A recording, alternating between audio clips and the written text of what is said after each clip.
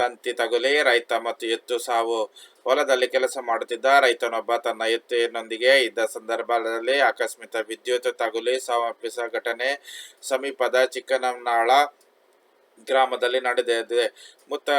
ಮೃತ ರೈತನನ್ನು ಬಸವರಾಜ್ ವೆಂಕಟಪ್ಪ ಸಾಲಸಮರಿ ಎಂದು ಗುರುತಿಸಲಾಗಿದೆ. ಹೊಲದಲ್ಲಿ ಎಡೆ ಬಡಿಯುತ್ತಿದ್ದಾಗ ವಿದ್ಯುತ್ ತಂತಿ ಸ್ಪರ್ಶಿಸಿ ಈ ಘಟನೆ ನಡೆದದ್ದು. ಸ್ಥಳಕ್ಕೆ ಪೊಲೀಸ್ ಇಲಾಖೆ ಹಾಗೂ ಕೆಇಬಿ ತಂಡ ಭೇಟಿ ನೀಡಿ ಪರಿಶೀಲನೆ ನಡೆಸಿದ್ದಾರೆ. ಘಟನೆಯ ಬಗ್ಗೆ ತಿಳಿದಿದ್ದಂತೆ ಶಾಸಕ ದೊಡ್ಡನಗೌಡ ಪಾಟೀಲ್ ಸ್ಥಳೀಯ ಆಸ್ಪತ್ರೆಗೆ ಭೇಟಿ ನೀಡಿ ಕುಟುಂಬ ವರ್ಗದವರಿಗೆ ಸಾಂತ್ವನ ಹೇಳಿದ್ದಾರೆ. ಅದೇ ರೀತಿ ಸರ್ಕಾರಿ ಶಾಲೆಯ ಇದು ಕೇವಲ ಬಡವರ ಶಾಲೆಯ ಪುಟ್ಟ ಮಗುವೊಂದು ಹುಟ್ಟುವುದಕ್ಕಿಂತ ಮೊದಲೇ ಆ ಮಗು ಏನಾಗಬೇಕೆಂದು ಕನಸು ಕಾಣುವ ಅಮ್ಮಂದಿರಾಗಿದ್ದಾರೆ.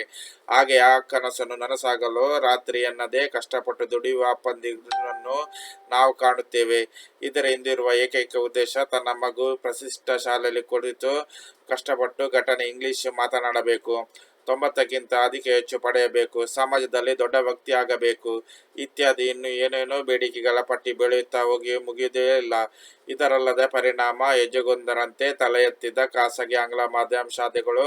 ಈ ಖಾಸಗಿ ಶಾಲೆಗಳ ಅಬ್ಬರ ಪ್ರಚಾರ, ಫಲಿತಾಂಶದ ದೊಡ್ಡ ದೊಡ್ಡ ಕಟೌಟ್ಗಳು, ಶಾಲೆಯಲ್ಲಿ ಸಿಗುವ ಸೌಲಭ್ಯಗಳ ಪಟ್ಟಿಯಲ್ಲಿ ನಡುವೆ ಸೊರಗಿದ ಸರ್ಕಾರಿ ಶಾಲೆ ಕೇವಲ ಬಡವರ ಶಾಲೆ ಎಂಬಂದಾಗಿದೆ.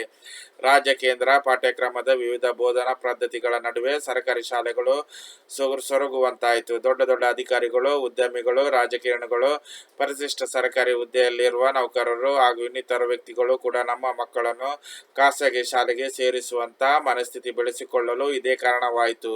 ದಿನಕೂಲಿ ನೌಕರರು ಕೂಡ ತಮ್ಮ ವ್ಯವಸ್ಥೆ ಮೀರಿ ಸಾಲ ಸೋಲ ಮಾಡಿ ತಮ್ಮ ಮಕ್ಕಳನ್ನು ಖಾಸಗಿ ಶಾಲೆಗೆ ಸೇರಿಸುವ ಪರಿಸ್ಥಿತಿಯೊಂದು ಉಂಟಾಗಿದೆ ಎಂದು ಆಸಕ್ತಿ ಇಲ್ಲ. ಈಗಲೇ 2-3 ಖಾಸಗಿ ಶಾಲೆಯ ರೀತಿ ನಿಯಮ, ಧನದಾಯಿ ವರ್ತನೆಯಿಂದ ರೋಸಿ ಹೋಗಿ ಶಾಲೆ ಬದಲಾಯಿಸಿದ ಮಹಿಳೆಯರು ಇನ್ನೊಂದು ಮಳೆಯಲ್ಲಿ ತನ್ನ ಗೋಳನ್ನು ತೋಡಿಕೊಟ್ಟುತ್ತಿದ್ದರು. ಅದನ್ನು ಕೇಳಿಕೊಂಡ ಆ ಮಹಿಳೆ ತನಗೆ ತಿಳಿದಿರುವ ಇನ್ನೊಂದು ಶಾಲೆಗೆ ಮಗುವನ್ನು ಸೇರಿಸಲು ಸಲಹೆ ನೀಡಿದಾಗ, ಅಯ್ಯೋ ಅದೇ ಶಾಲೆಯೇ ಕಲಿತಿದ್ದ, ಈಗ ನನ್ನ ಮಗ ಅಲ್ಲಿಂದ ಬಿಡಿಸಿ ತಂದು ನಾನೇ ಆ ಶಾಲೆಗೆ ಸೇರಿಸಿದ್ದು ಎಂದು ಬಿಟ್ಟಳು. ಈಗ ಪೆಚ್ಚಗಾಗುವ ಸರದಿ ನನ್ನದು. ಒಟ್ಟಾರೆ ಯಾವ ಶಾಲೆಗೆ ಸೇರಿಸಿದರೂ ಇವರಿಗೆ ಒಂದಲ್ಲ ಒಂದು ರೀತಿಯ ಅಸಮಾಧಾನಗಳು ತಪ್ಪುವುದೇ ಇಲ್ಲ. ಪ್ರಸ್ತುತ ಪರಿಸ್ಥಿತಿ ಹೊಂದಿಕೊಂಡು ಹೋಗುವುದು ಬಿಟ್ಟರೆ ಅನ್ಯ ಆಯ್ಕೆ ಇಲ್ಲ ಎಂಬಂತೆ ಅವರ ಮಾತಿನ ದಾಟಿ. ಬದಿಯಲ್ಲಿ ಇದನ್ನೆಲ್ಲ ಕೇಳಿಸಿಕೊಂಡ ನಾನು ತಕ್ಷಣ ನಿಮ್ಮ ಊರಿನ ಪಕ್ಕದಲ್ಲಿ ಉತ್ತಮ ಸರ್ಕಾರಿ ಶಾಲೆ ಇದೆಯಲ್ಲ, ಯಾವ ಶುಲ್ಕವೂ ಇಲ್ಲದೆ ಸಮವಸ್ತ್ರ, ಪುಸ್ತಕ ಕೊಡುಗೆ, ಬ್ಯಾಗ್, ಶೂ, ಹಾಲು, ಮಧ್ಯಾಹ್ನದ ಊಟ, ಮೊಟ್ಟೆ, ಚಿಕ್ಕಿ, ಬಾಳೆಹಣ್ಣು ಇತ್ಯಾದಿ ಎಲ್ಲ ಸೌಲಭ್ಯಗಳನ್ನು ₹1 ಖರ್ಚಿಲ್ಲದೆ ವಿದ್ಯಾರ್ಥಿಗಳಿಗೆ ಸರ್ಕಾರ ಒದಗಿಸುತ್ತಿವೆ. ಮೇಲು ಕೀಳು ಉಳ್ಳವರು ಇಲ್ಲದವರು ಎಂಬ ಭಾವನೆ ನಿಯಮವನ್ನು ಅಲ್ಲಿ ಇಲ್ಲ. ಜೊತೆಗೆ ಕಂಪ್ಯೂಟರ್, ವಿಜ್ಞಾನ, ದೈಹಿಕ ಶಿಕ್ಷಕರು ಎಲ್ಲರೂ ಇದೆ. ಅಷ್ಟೇ ಅಲ್ಲ, ಕನ್ನಡ ಮಾಧ್ಯಮವಲ್ಲದೆ ಅಲ್ಲಿ ಆಂಗ್ಲ ಮಾಧ್ಯಮ ವಿಭಾಗವೂ ಇದೆ. ಇಷ್ಟೆಲ್ಲ ಖರ್ಚು ಎಂದು ಗೋಳಾಡುತ್ತಿರುವ ಬದಲು ನಿಮ್ಮ ಯಾಕೆ ಸರ್ಕಾರಿ ಶಾಲೆಗೆ ಮಕ್ಕಳನ್ನು ಸೇರಿಸಬಾರದು ಅಂದೆ ತಡ.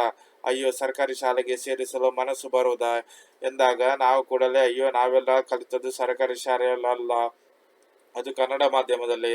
ಸರ್ಕಾರಿ ಶಾಲೆಯಲ್ಲಿ ಕಲಿತವರು ಬಹಳಷ್ಟು ಸಂಖ್ಯೆಯಲ್ಲಿ ದೊಡ್ಡ ದೊಡ್ಡ ಹುದ್ದೆಯಲ್ಲಿ ಇದ್ದಾರೆ ತಾನೆ ಎಂದಾಗ ಅದೆಲ್ಲ ನಮ್ಮ ಕಾಲದಲ್ಲಿ ಮುಗಿಯಿತು. ಈಗ ಸಂದರ್ಭಾತ್ಮಕ ಯುಗ.